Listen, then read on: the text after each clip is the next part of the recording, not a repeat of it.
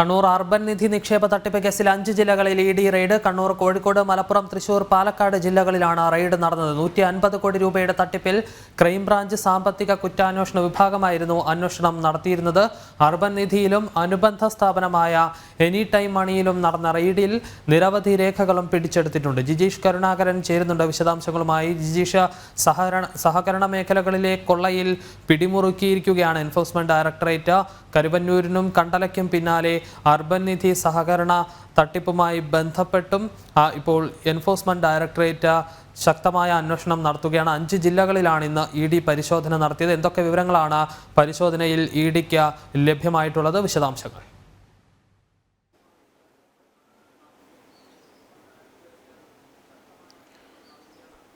വിഷ്ണു, സംസ്ഥാനത്ത് സഹകരണ ബാങ്കുകൾ കേന്ദ്രീകരിച്ചുള്ള തട്ടിപ്പുകൾ വർദ്ധിക്കുന്നു. അതിന്റെ വിവരങ്ങൾ പുറത്തു വരുന്നു. ഒപ്പം തന്നെയാണ് ഈ സഹകരണ സംഘങ്ങളും മറ്റു സഹകരണ സ്ഥാപനങ്ങളിലും എല്ലാം തന്നെ ഇത്തരത്തിൽ വലിയ നിക്ഷേപ തട്ടിപ്പുകൾ നടക്കുന്നു എന്നതിന്റെ വിവരങ്ങൾ പുറത്തു വരുന്നത്. അവിടെയാണ് വലിയ തട്ടിപ്പുകളിൽ ഇപ്പോൾ എൻഫോഴ്സ്മെന്റ് ഡയറക്ടറേറ്റ് അന്വേഷണം നടത്തിയിരിക്കുന്നത്. 100-ലധികം കേസുകൾ ഇത്തരത്തിൽ എൻഫോഴ്സ്മെന്റ് ഡയറക്ടറേറ്റിന്റെ അന്വേഷണ പരിധിയിലുണ്ട്. അതിലൊന്നാണ് അർബൻ നിധി നിക്ഷേപ തട്ടിപ്പ്. ഈ അർബൻ നിധി നിക്ഷേപ തട്ടിപ്പിലൂടെ ഏതാണ്ട് 150 കോടി രൂപയാണ് നിക്ഷേപകരുടെ തുക വഞ്ചിച്ചുകൊണ്ട് ഇതിന്റെ ഉടമകൾ തട്ടിയെടുക്കുകയും ചെയ്തിട്ടുള്ളത്. ആദ്യഘട്ടത്തിൽ അന്വേഷണം നടത്തിയത് ലോക്കൽ പോലീസ് ആയിരുന്നു. ലോക്കൽ പോലീസ് അന്വേഷിച്ചതിന് ശേഷം പിന്നീട് അത് ക്രൈംബ്രാഞ്ചിന് കൈമാറി.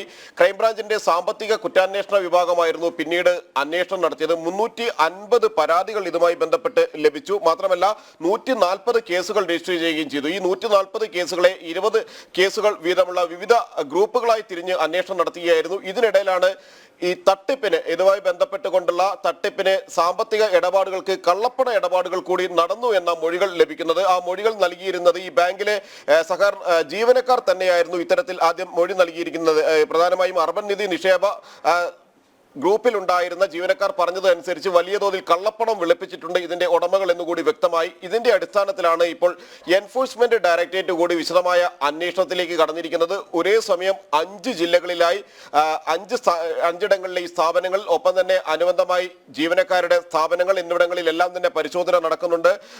എനി ടൈം മണി നിലവിലുള്ള ഈ സ്ഥാപനത്തിന്റെ നിധി നിക്ഷേപ തട്ടിപ്പിന്റെ മുഖ്യ ആസൂത്രകരായ അർബൻ നിധി നിക്ഷേപത്തിന്റെ അനുബന്ധ സ്ഥാപനമായിട്ടാണ് ഇത് പ്രവർത്തിച്ചിരിക്കുന്നത്. ഇതിന്റെ എനി ടൈം മണിയുടെ തൃശ്ശൂരിലെ ഓഫീസിലടക്കവും ഇത്തരത്തിൽ പരിശോധനകൾ ഒരേ സമയം നടക്കുന്നു. നിരവധി ഡിജിറ്റൽ തെളിവുകളാണ് അന്വേഷണ സംഘം പിടിച്ചെടുത്തിരിക്കുന്നത്. ഈ 5 സ്ഥലങ്ങളിലായി കോഴിക്കോട് ഇ.ഡി. യൂണിറ്റിന്റെ നേതൃത്വത്തിൽ നടക്കുന്ന ഈ റെയ്ഡുകളിൽ ഒപ്പം കൊച്ചിയിൽ നിന്നുള്ള അന്വേഷണ സംഘവും ചേരുകയും ചെയ്തിട്ടുണ്ട്. ഡിജിറ്റൽ രേഖകൾ, ഒപ്പം തന്നെ സാമ്പത്തിക ഇടപാടുകളുടെ രേഖകൾ എന്നിവയെല്ലാമാണ് അന്വേഷണ സംഘം പ്രധാനമായും പിടിച്ചെടുത്തിരിക്കുന്നത്. ഈ രേഖകളുടെ പരിശോധനകൾ കൂടി പൂർത്തിയാക്കുമ്പോൾ മാത്രമായിരിക്കും ഈ കള്ളപ്പണ ഇടപാടിന്റെ വ്യാപ്തി എത്രമാത്രം വരും, സാമ്പത്തിക തട്ടിപ്പിന്റെ വ്യാപ്തി എത്രമാത്രം വരും എന്ന കാര്യത്തിൽ ഒരു കൂടുതൽ വ്യക്തത വരികയുള്ളൂ.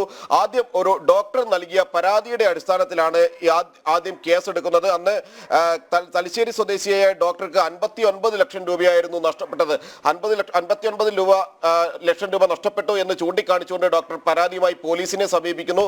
തുടർന്നാണ് കൂടുതൽ പരാതിക്കാർ രംഗത്ത് എത്തുന്നത്. 350ഓളം പേർ ഇത്തരത്തിൽ നിക്ഷേപ തട്ടിപ്പിന് ഇരയായതായി കാണുകയും ചെയ്തിരിക്കുന്നത്. ചെറിയ തുക മുതൽ കോടികൾ വരെ നിക്ഷേപിച്ച ആളുകൾ ഇക്കൂട്ടത്തിലുണ്ട്. 5300 രൂപ മുതൽ 1 കോടി രൂപ വരെ നിക്ഷേപമായി നൽകിയ ആളുകളുണ്ട്. ഇവർക്കെല്ലാം തന്നെ പണം നഷ്ടമായിരിക്കുന്നു. ഈ പണം കള്ളപ്പണ ഇടപാടുകളിലൂടെ മാറ്റിയിട്ടുണ്ട് എന്ന ഒരു വിവരം കൂടി എൻഫോഴ്സ്മെന്റ് ഡയറക്ടറേറ്റിന് ലഭിച്ചിട്ടുമുണ്ട്.